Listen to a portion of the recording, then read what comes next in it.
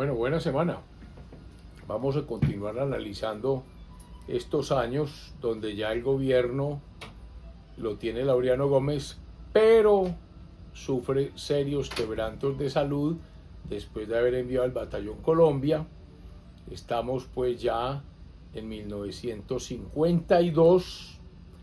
La situación de orden público es difícil, hay violencias. Después del 9 de abril del 48 se conformaron en algunos pueblos, en algunas veredas, lo que se llamaron grupos de autodefensa liberal. Por ejemplo, un bandolero de cierto renombre era Clemente Roncancio, y entonces él comienza su vida bandolera. Es por esos grupos de autodefensa que después se convierten en guerrillas liberales. Guerrillas liberales que se vuelven fuertes en Cundinamarca, en el Sumapaz, la región del Sumapaz, y Sumapaz que linda con Cundinamarca y con el Tolima.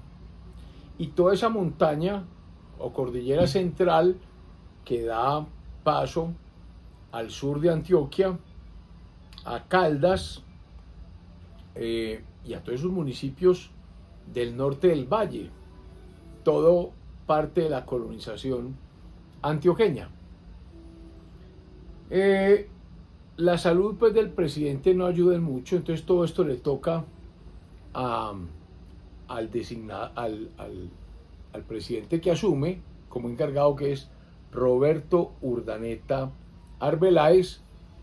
Ya vimos que Gilberto Alzate Avendaño tenía todas las de ganar en el Congreso, porque él manejaba el Congreso para ser el presidente, y no quiso, pensando tal vez en las elecciones del 50, para él, en las elecciones del 54, o sea, después de Laureano Gómez, y por ese cálculo no fue presidente de Colombia Gilberto Alzate Avendaño.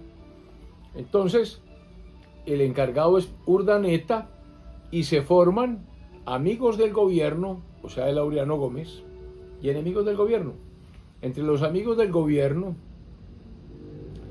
se pueden mencionar a José Antonio Montalvo, a José María Villarreal, a José Gabriel de la Vega, a Rafael Azuero, y al doctor Luis Navarro Espina, el famoso Tuzo Navarro, que manejaba el conservatismo en Antioquia. Y a los enemigos del gobierno se podría mencionar a Gilberto Alzate Avendaño, a Francisco de Paula Pérez, a Rodolfo Cavalier, a Juan Uribe Cuaya y a Eleuterio Serna. Y se empiezan a formar unos binomios. Al pie del gobierno, ¿quiénes están? En el año 52, ya Álvaro Gómez Hurtado es un personaje importante, el hijo de Laureano Gómez, y es muy cercano a Jorge Leiva. Ahí hay un binomio: Jorge Leiva y Álvaro Gómez Hurtado por un lado, y por el otro lado Alzate, que se acerca a los Ospina. Entonces ya empieza a haber una diferencia notable entre Ospina y Laureano en 1952 por este tema de los binomios. Recordemos que Ospina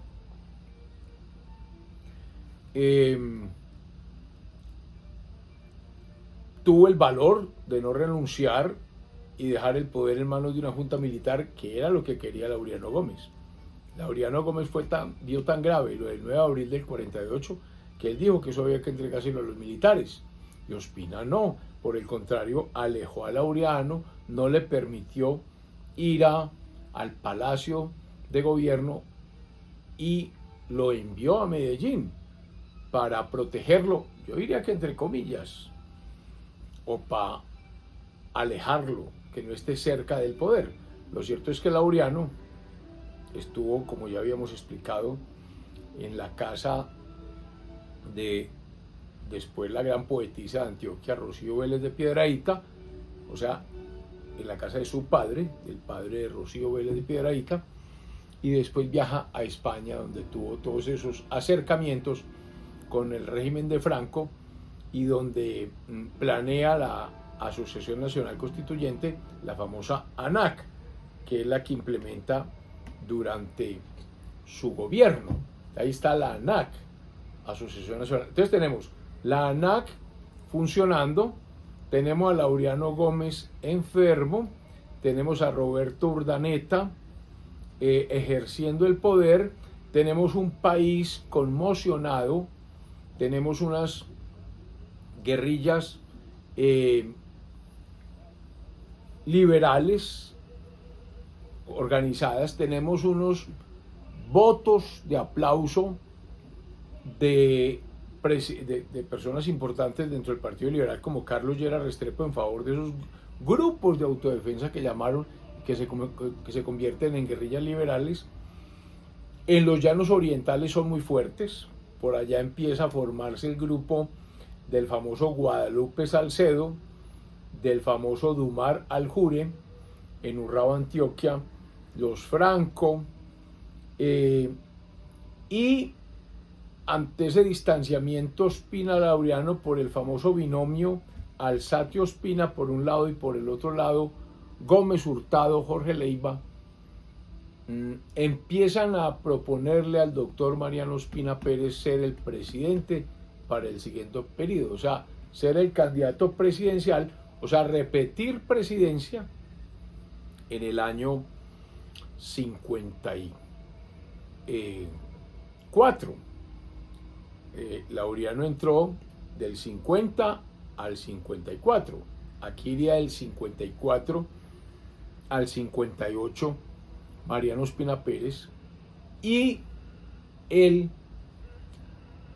acepta la candidatura que le piden los conservadores, que también ahí debió haber tenido cierto distanciamiento con Alzate, pero él acepta en un famoso discurso, un discurso que dio el 11 de abril de 1953.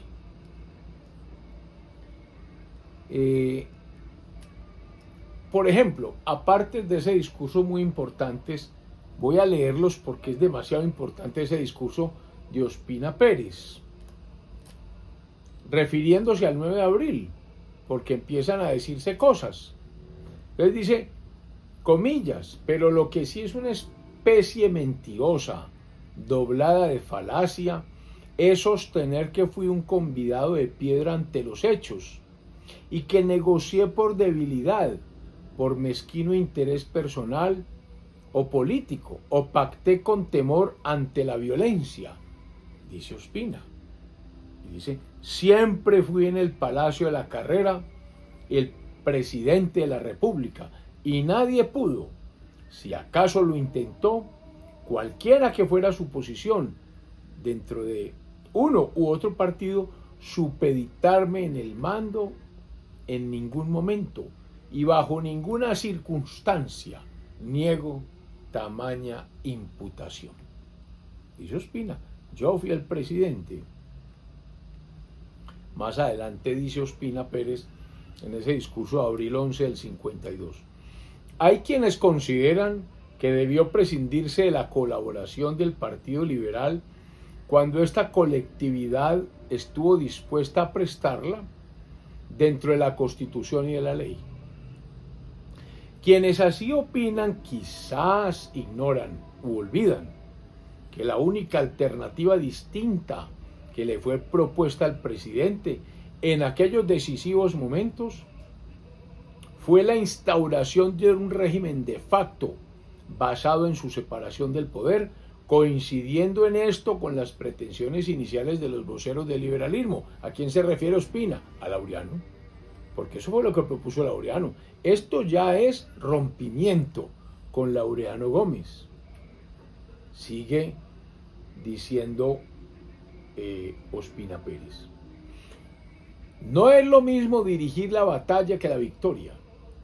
Aquella, la batalla, está llena de peligros, de zozobras y de incertidumbres. Hay que usar la estrategia, la serenidad y el valor para no comprometer con actos primos en escaramuzas menores el éxito final. Ojo con estas palabras, porque después vamos a ver qué ocurre con esas palabras de Ospina.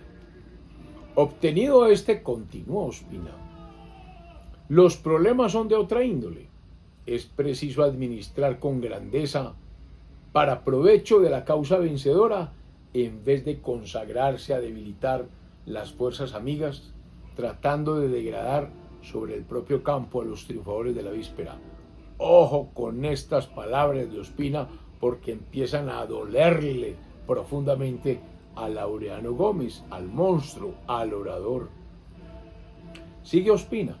No sobra recordar que en esa fecha todos los organismos de la República, en sus diversos órdenes, en lo nacional y en lo departamental, en lo militar y en lo civil, en lo legislativo y en lo judicial, estaban dominados o habían sido estructurados por quienes gobernaron a la República en los últimos 16 años, o sea, el Partido Liberal en pleno.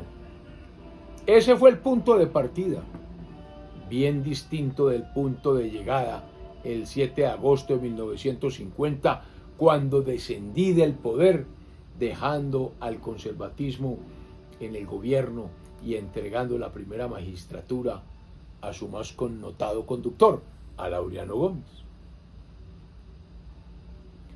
Continuó Ospina Pérez.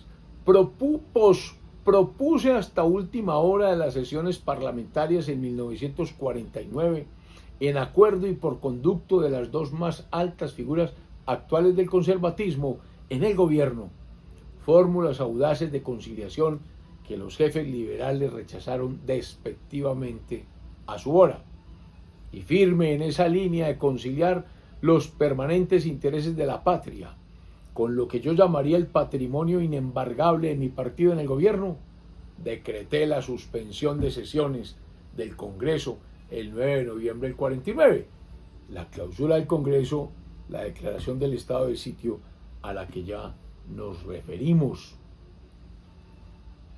Continuó Ospina. ¿Por qué en fecha más inoportuna todavía se me llamó desde el Palacio de la Carrera a mi apartamento en Nueva York, donde me encontraba alejado por completo de la actividad política, con ánimo de no volver a intervenir jamás en ella, y se me insistió como un servicio imprescindible al conservatismo que no rechazara la candidatura presidencial? Se refiere a Laureano, que es el que está en el Palacio de la Carrera, o a Urdaneta por lo menos. ¿Tenía esto alguna seriedad y se pensaba que realmente era esa la única solución posible? ¿Y por qué motivo? Agrego, dice Ospina, se siguió insistiendo en la postulación de mi nombre. ¿Y por qué más tarde empiezan a producirse hechos que desdicen esa línea de conducta? ¿Era que yo me había hecho indigno de la confianza del partido?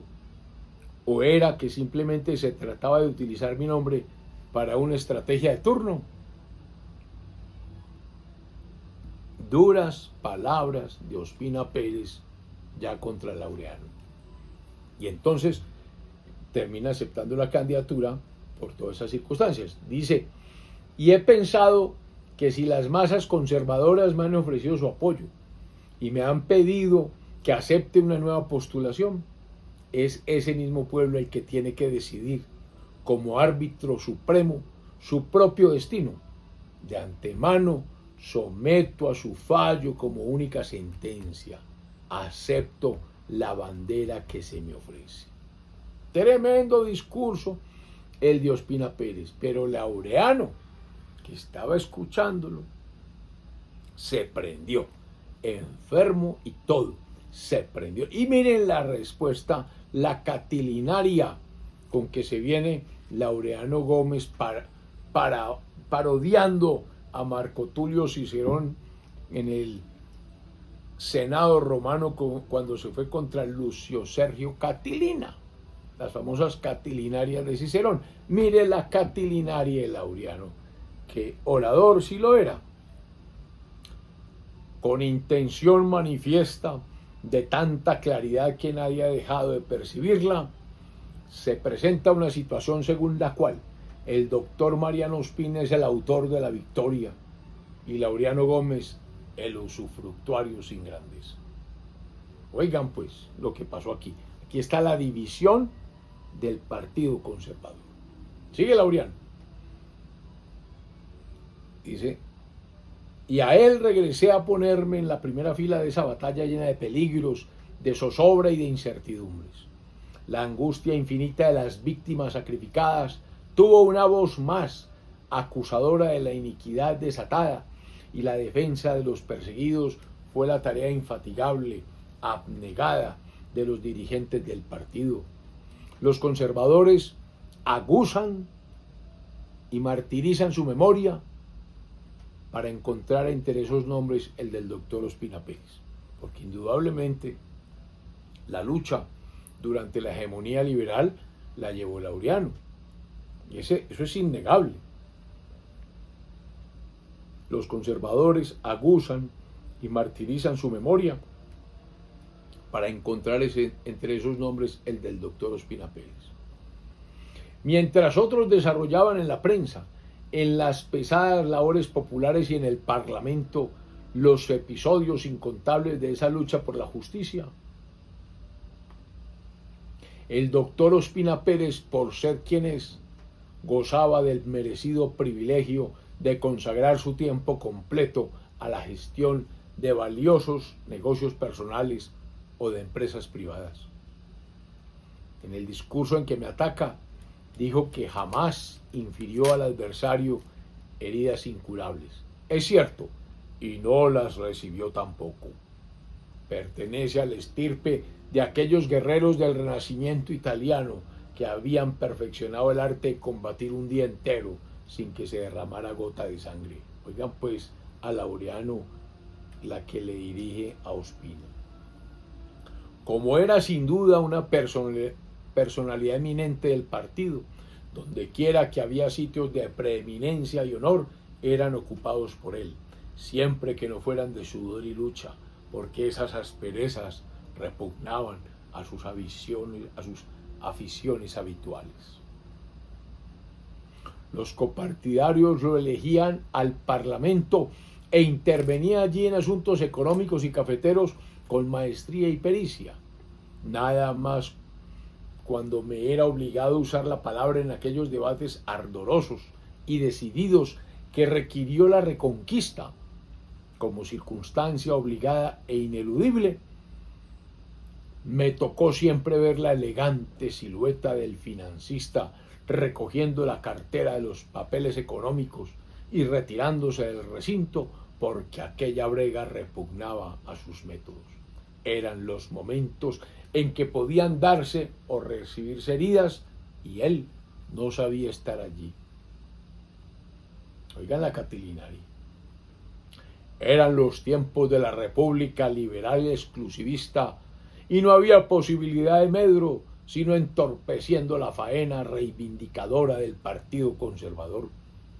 Un pequeño grupo de individuos que se llaman conservadores, pero cuya mentalidad es liberal o liberalizante y siguen la fácil táctica de hacerse populares entre el enemigo con sus claudicaciones y desfallecimientos, alerta hallabas en todos los momentos de esfuerzos supremos, que fueron muchos, para enervar al partido, debilitar su empuje y tratar de desconcertarlo, expidiendo cartas de indemnidad por los desafueros del enemigo o improbando cuanto hacíase en defensa de los oprimidos.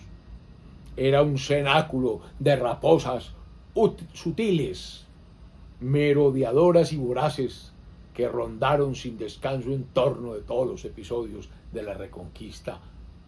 Oigan a Laureano, era un cenáculo de raposas sutiles, merodeadoras y voraces que rondaron sin descanso de todos los episodios de la Reconquista. Cuando se reunió la convención del partido, inició sus sesiones oyendo la rotunda y definitiva renuncia de mi candidatura y la instancia de que se acordara la del doctor Ospina Pérez. Llevéle a la proclamación solemne del Teatro Colón y puso la corona de laureles sobre las sienes de un egregio ciudadano no combatiente como un símbolo. Esa fue la victoria, refiriéndose a 1946.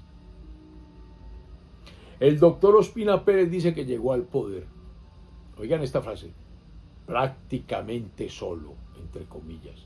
Y miren la respuesta de Laureano, que es famosa, solo.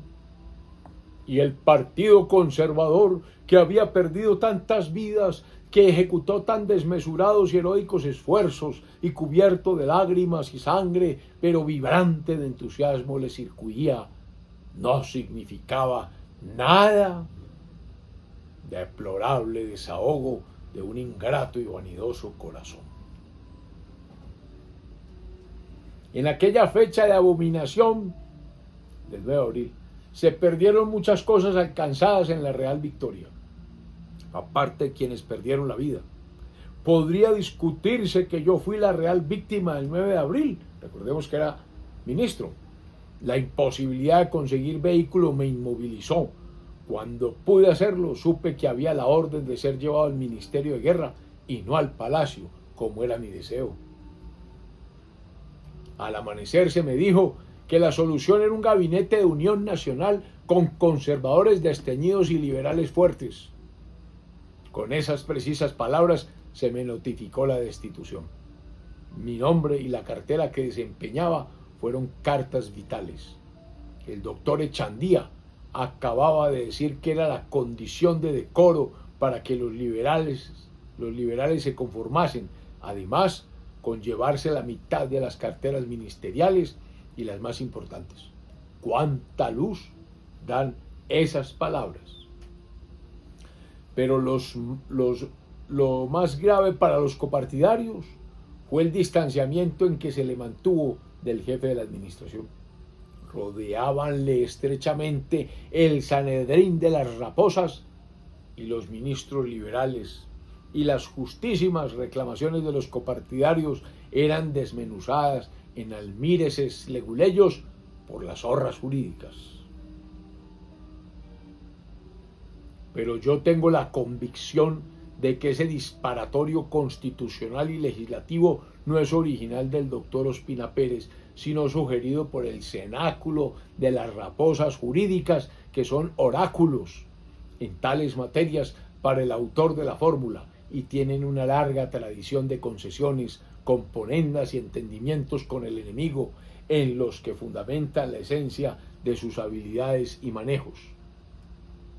¿Y por qué no da a la patria, como retribución en parte de lo que de ella ha recibido, el glorioso ejemplo de la austera serenidad de Cincinato, refiriéndose al cónsul romano, que esperaba en las faenas campestres que los ciudadanos acudiesen a confiarle el mando supremo, sino que, muy por el contrario, rompe las tradiciones y disciplinas de nuestro nobilísimo partido y adopta los procedimientos y sistemas de los caudillos tropicales que han hecho la desventura de los pueblos de América?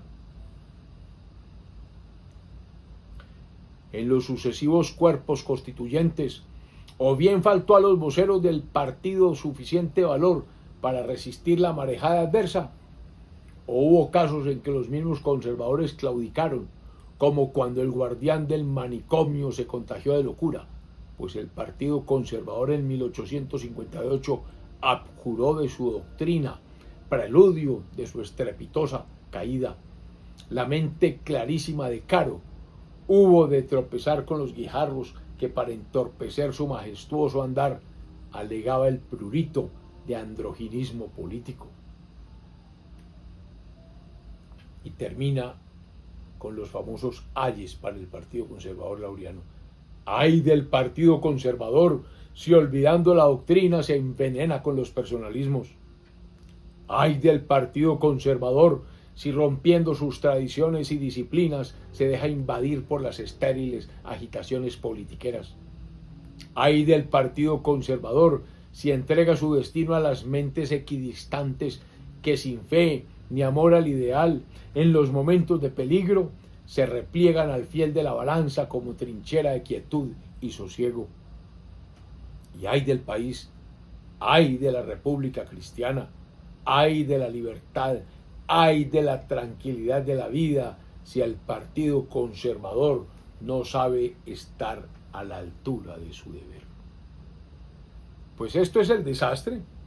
Ahí termina Laureano su catilinaria famosa contra Ospina y se ve venir la hecatombe, porque ya Urdaneta no aguanta, ya Laureano no quiere a Rojas Pinilla, que es el comandante general de las Fuerzas Armadas, ve a Rojas como un obstáculo, trata de enviarlo al exterior. Rojas se monta en un avión y los cadetes lo hacen bajar gritándole no se vaya, y Rojas se baja. Y viene el episodio de Felipe Chavarría. Felipe Chavarría Olózaga, de los dueños de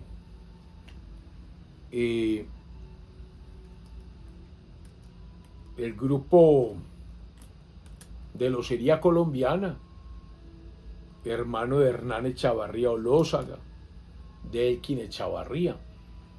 Felipe Chavarría, algunos dicen que era distinto a sus hermanos. Lo cierto es que es una familia muy distinguida de Antioquia, con esa locería allá en Caldas tan famosa. El dueño del grupo Corona dice que fue acusado de participar en un complot contra el gobierno, pues será el gobierno de Urdaneta o el gobierno de Laureano Gómez, y entonces es capturado, dicen que por la Cuarta Brigada, y que fue torturado, que fue llevado a la Cuarta Brigada y que lo sentaron toda una noche en unos cubos de hielo, desnudo, y entonces que él, por las torturas, reconoció que había un complot. Después un juez liberó, dijo que esa confesión no tenía ninguna validez porque era una confesión obtenida bajo tortura y que para evitar el dolor físico o psicológico las personas eran capaces de decir cualquier cosa. Lo cierto es que cuando se quejan los ciudadanos de Medellín de lo que ocurre con Felipe Chavarría y diciendo que el comandante general era Gustavo Rojas Pinilla, que ya había partido cobijas con Laureano Gómez, que era mano derecha de Ospina, que le permitió a Ospina el cierre del Congreso, por eso se atrevió Ospina a cerrar el Congreso en 1949, porque tenía las Fuerzas Armadas, porque le había pagado a Rojas Pinilla su lealtad, porque ya lo convierte en comandante supremo de las Fuerzas Armadas, porque ya la policía está dentro de las Fuerzas Armadas. Esa policía politizada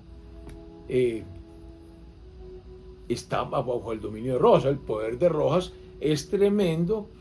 Se ve venir una hecatombe, y más con este discurso. Entonces, cuando Ospina trata de responder, no encuentra despliegue. Parece que le cierran el gobierno las posibilidades de responderle a Laureano Gómez, y Ospina Pérez naturalmente se hace del lado de Rojas Pinilla. Me imagino que hay conversaciones, y entonces lo que se ve venir es el famoso golpe de Estado de 1953.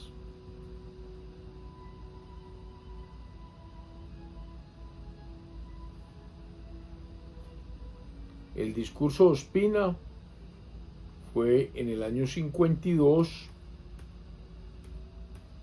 y vino el discurso Laureano contra Ospina ya en 1953. Y eso ocasiona el rompimiento total y la cercanía de Rojas con Laureano, la cercanía de Rojas con Ospina Pérez, con Alzate Avendaño, la ruptura total del Partido Conservador, y viene el único golpe de Estado que se dio en el siglo XX. Recordemos que en el siglo XIX hubo unos golpes de Estado, como el de Tomás Cipriano de Mosquera contra Mariano Ospina Rodríguez, el golpe de Melo, que fue sofocado, básicamente. Feliz semana. Si te ha gustado este video, por favor darle like y suscribirte.